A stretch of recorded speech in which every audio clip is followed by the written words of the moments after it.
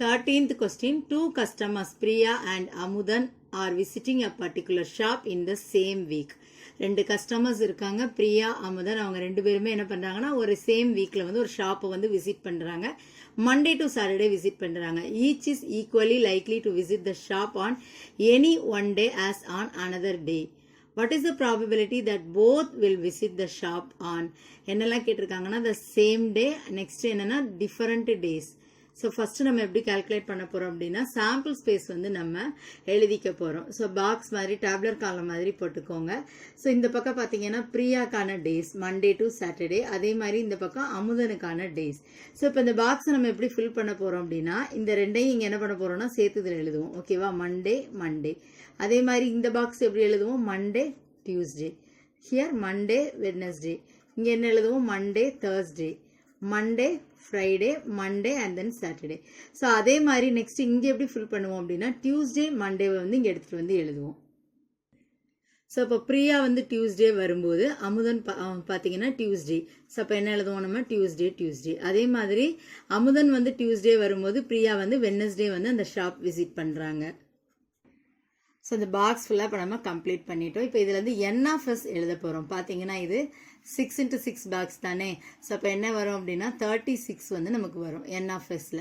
So next என்ன கேட்டிருக்காங்கன்னா probability வந்து சேம் டே. என்ன எழுதலாம் அப்படின்னா event of visiting the shop on the same day. என்ன எடுத்துக்கலாம்? ஏ. இப்போ சேம் டேஸ் அப்படின்னா இங்கே பார்த்தீங்கன்னா சேமான ஆல்ஃபபெட்டில் இருக்குதான்னு பாருங்கள். இதில் நமக்கு மண்டே, டியூஸ்டே, வெட்னஸ்டே, தேர்ஸ்டே, ஃப்ரைடேவா? ஸோ இந்த மாதிரி வந்தது அப்படின்னா அது வந்து சேம் டேஸில் எடுப்போம். ஸோ அப்போ என் ஆஃப் ஏ நமக்கு எத்தனை வந்திருக்குதுன்னு பார்த்தீங்கன்னா அதில் கவுண்ட் பண்ணோன்னா எத்தனை வருது? நமக்கு 6 வருது. ஸோ அப்போ ப்ராபபிலிட்டி எழுதலாமா? P of A equal to N of A divided by N of S. 6 டேபிளில் கேன்சல் பண்ணுறச்சு என்ன வரும் நமக்கு? 6 1s are 6, 6 6 are 36. So the answer is 1/6.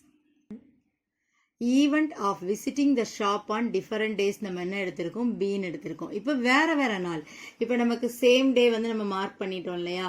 So அதை தவிர்த்து மீது எல்லாமே பார்த்தீங்கன்னா வேற தான். டியூஸ்டே மண்டே டியூஸ்டே இந்த மாதிரி வேற நாள் தானே இருக்குது. அப்போ என் ஆஃப் பி என்ன எடுப்போம்னா மொத்தமாக நமக்கு 36ல் இந்த சேமாக இருக்கிற 6 டேஸை நம்ம என்ன பண்ணிடலாம்? சப் பண்ணிடலாம். அப்போ 30.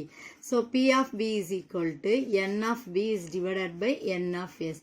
6 டேபிளில் டைரெக்டாக கேன்சல் பண்ணிடலாமா? 5 6 are 30, 6 6 are 36. என்ன ஆன்சர் வருது? 5/6. ஸோ நெக்ஸ்ட் சப்டிவிஷன் பார்த்தீங்கன்னா கான்சிக்யூட்டிவ் டேஸ் அப்படின்னா அடுத்தடுத்து இருக்கிற நாட்கள்.